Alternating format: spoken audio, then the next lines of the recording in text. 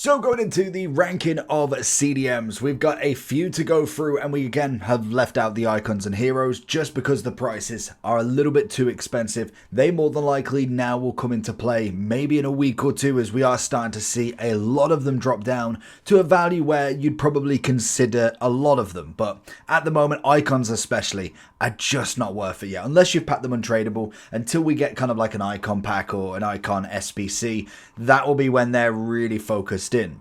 Now, straight off the bat, I feel like most people have used her at some point.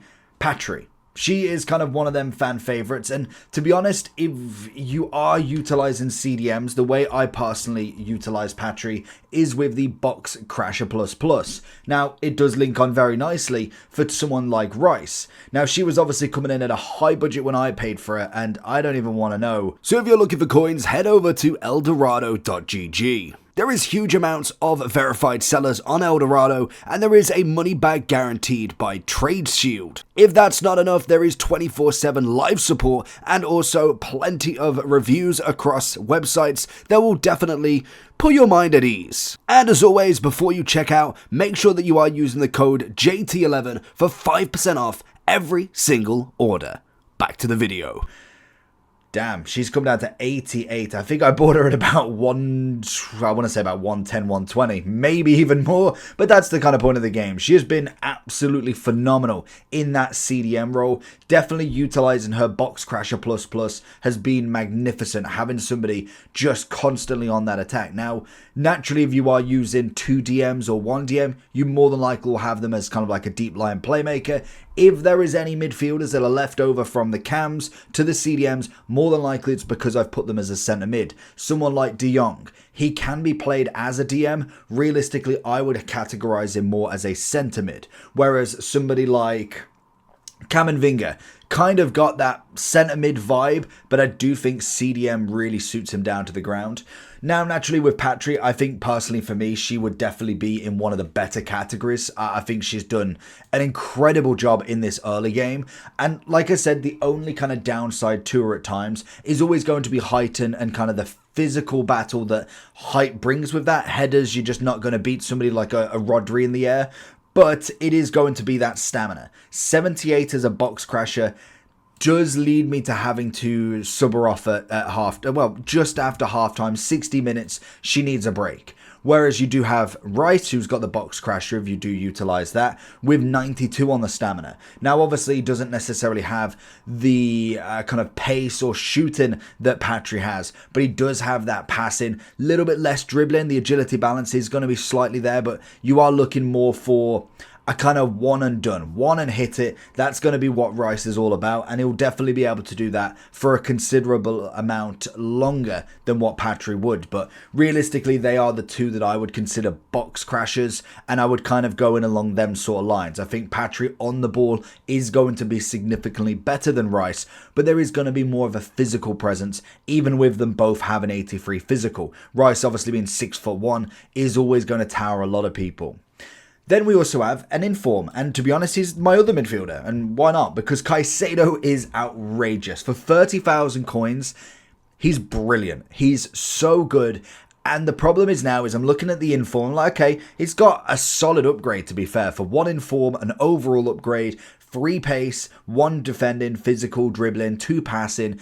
It's a decent amount, but unfortunately, because of the goal he scored, because of the manner that he managed to get the inform, he has changed from his slide tackle plus into the power shot. Now, I will kind of preface that I don't necessarily use the slide tackle plus much. It's great to have if I need it, because naturally you could need it at some point. The whole point of slide tackles in this game is a last-ditch challenge. If he does have the playstyle plus, at least you've got the best chance of actually getting the ball. When it comes to not having it completely, I have no choice. There is just a 50-50 if I get that slide or not. At least the playstyle plus gives me that extra level. And because I have him as a holding, as somebody who is just solid DM, the power shot becomes a little bit useless at times. The card itself is still going to be fantastic, and I think if you're not using slide tackles, you've still got to put him in a good category. But I would go into the top with him. It's just that I would be looking at the gold more so than the inform purely on that basis, because we're not going to get a double playstyle plus. anytime soon, really. I think, was it Team of the Year last year that we got the second one in what, January? So it's going to be a while for us to even consider a double on anybody. So he's going to be unfortunately stuck with that power shot for a considerable amount of time. One that I kind of wanted to throw in just as an interesting point that I wanted to see what do you think is Xhaka. Now, 85 is absolute madness. He had a phenomenal season at Leverkusen. You cannot take that away from him.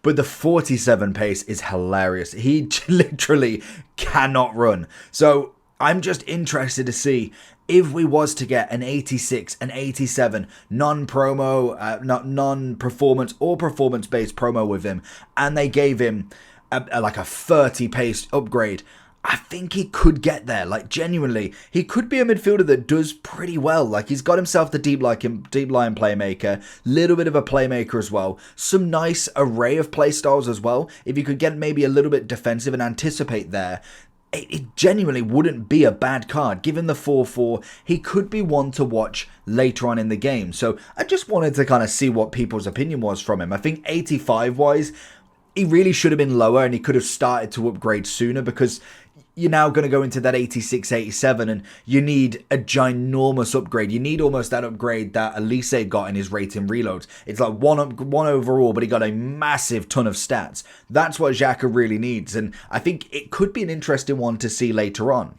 I do think a few of them are going to be more into the kind of usable category. Someone like Endo at this point, Darun, you're going to see now where they are slightly out of the circle. He's a great starter card, like he's a superb one. Him and the Italian left back, brilliant starter cards that you got from the foundations, and now we're kind of evolving into a very much an identity of what teams you're building. You look at a Camavinga now, realistically, he's going to be more into a usable than kind of your top meta. He's not going to be in that very usable anymore. He needs that upgrade going forward, or you kind of just going on more of a basic team to start with. You're looking at playstyle pluses. Like, you look at like a Gravenberch now, even on his base card, is still a phenomenal 85. And to be honest, it's hilarious when you do compare his 85 to Xhaka. There is a light year between them. You've obviously got the 4-4. Both do have the Holden plus, so as a roles go, that's nice. Solid defending, solid physicality and passing. Dribbling's definitely one of his better stats. You go with a shadow, an anchor on him. I mean, it's a great starter card into the kind of better echelons of CDMs as we're looking at it, and there isn't many to choose from at the moment, especially if you take out the icons, you take out the heroes. There is only so many that are a viable option. So looking at Gravenberch, he would definitely be pushed into a more meta category. And then we do have the obvious upgrade for him when it comes to his inform. Solid amount of stats difference. He got himself the intercept? No, he got himself the incisive pass. So I mean, it's even better with that extra playstyle. Other than that, nothing else really changed. No playstyle plus yet, so that would push him in there as well, and I think that is a well-deserved card in my opinion. We then throw a bit of Rodri in there, and he's an interesting one because I do like him, and I think in terms of a card with not the craziest amount of pace, you kind of got to use him smartly. Now, he's one that I would drop down a little bit more just purely on the pace basis. It just comes to it as I'd say a panic defender in myself. I'm not necessarily the most calm and collective in very high situations. Like if I'm against somebody that can attack slightly but isn't necessarily left turning like his mortgage depends on it, then yes, I could definitely hold a good position. If it's somebody that knows how to attack, they're shifting the ball left and right, Rodri is unfortunately out of his element in my defensive capabilities. Now in everybody's else, he's going to be pretty decent. I love the tiki-taka. I don't think the pace is that detrimental right now because he could have Xhaka at 50, 47, but it's 65. It's not the worst in the world, but I would be kind of going a little bit further down with him, even as a 90. I think defensively is absolutely sound. As going on an average defensive basis, I personally would much prefer a Caicedo or a Gravenberch, even with only 6 to 10 pace more, 11 pace more. I think it does make that world of difference in my opinion, and it's where I do kind of prefer Conte at this point. He's got himself the defensive playstyle plus in obviously the intercept, which I do like as a CDM. Yes, he will need the upgrade as normal. It's not the same Conte as we had in the Chelsea days, but he's still got that almost readily available card that once he gets an upgrade again, like we saw last year, he becomes a very nice option that you can get. The only problem with last year is it took him a while to get that upgrade. So I personally would go into a nice, very usable category with him. And throwing another one in there, I love Kimmich this year. Kimmich has been a superb super sub. Now, I don't necessarily run a Bundesliga team in many game options. Maybe in the gauntlet, if I had a slightly better option up front and kind of on the wing, maybe that could be a possibility. But as a CDM, he's been absolutely wicked. For the upgrade that he managed to get from going from... what did he get? Was it an 84, an 85, I think it was last year? Back up to an 89. Lovely upgrade on the stats. Again, another one with the Box Crasher Plus. He's normally my sub for Patry at the moment. So he does wonderful jobs. So he's an easy, very usable. Then obviously we kind of look down the list. You've obviously got the Daruns. I'd go into... I mean, you could potentially... I think, could I be being really, really harsh on Camavinga here? Because I think...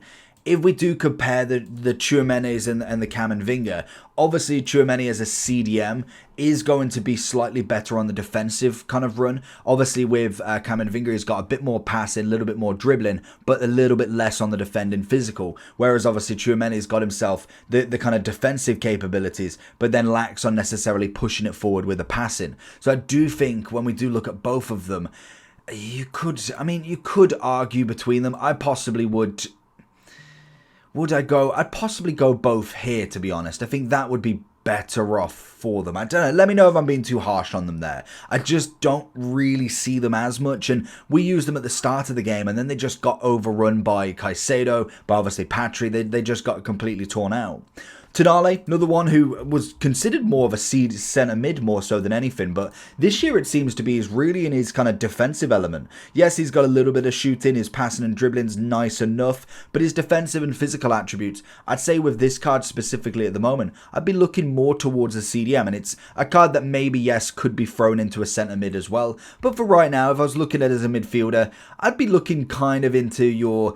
slightly very usable, maybe into usable in a week or two if he doesn't necessarily get an upgrade. Calhanoglu, beautiful card. Always love him for his incisive pass. Him as a CDM, it just works. He holds the deep line playmaker. He just fans balls out like it's no tomorrow to the wing, to the cam, to the centre mid that's running forward. The incisive always works. It's a great playstyle plus to have, and purely the stats alone, where he's got the passing and dribbling down to a T, and I would consider him centre mid vibe, but we go CDM because I think that incisive would work really, really nicely with him. Oberdorf, I mean, she's got the anticipate, same with Stanway. They have got the capabilities, but Oberdorf especially is one of them cards that you either love or hate her. She's kind of one of them with the German links. Would work really well in a Bundesliga team if you're going heavily on the Germans as well. You can get the links quite easily. Whether I'd consider it into kind of like, well, I mean, she wouldn't be a centre mid, but in terms of the defensive ability, if you could get a bit more pace, which is why they're going for more the catalyst, as defensively we've got absolutely oodles of defending physical. So she would again go into more of a very usable, and then potentially with another upgrade, if she managed to get it, into maybe a kind of a top meta sort of slot. Now, Stanway, most definitely, I would have gone centre mid, but she can only play CDM. I mean, she has got a very nice array of stats, pretty much most above 80. If you was to throw the anchor, everything's above 80. Kind of like Goretzka, I just think that screams centre mid, but unfortunately, she can't play it. So it's going to have to be kind of a box crasher more so than anything. Another one that I would say in kind of the short bursts, 2 Bayern Munich ladies could do a pretty good job in a dual CDM partnership. We then have Yates, who I do think is more of a cheaper beast coming into it. He's obviously coming in at 20,000 coins. Solid physical and defensive attributes. Agility balance could do with some work. You're obviously looking at the Shadow, 80, 89. Solid card, really, really solid card. Coming in cheap. English as well, obviously having that Prem tax. I would say he would be kind of one of them ones I would look into kind of your just slightly out the very usable, but kind of pushing himself back up. Obviously coming in at 6'3", it was really the turning circle that he did have a trouble with. Kind of like the Rice to some extent. You kind of just need that little bit extra from him. And then we also have Zubamendi. He is the second to last one from obviously the Cornerstones, which is always nice. He got himself the 86 SBC. It has expired now, but a beautiful card to say the least. He's got an array of roles, some nice play styles across the board, and then obviously he's got himself some massive physicality, composure, which works really, really well in the game in my opinion.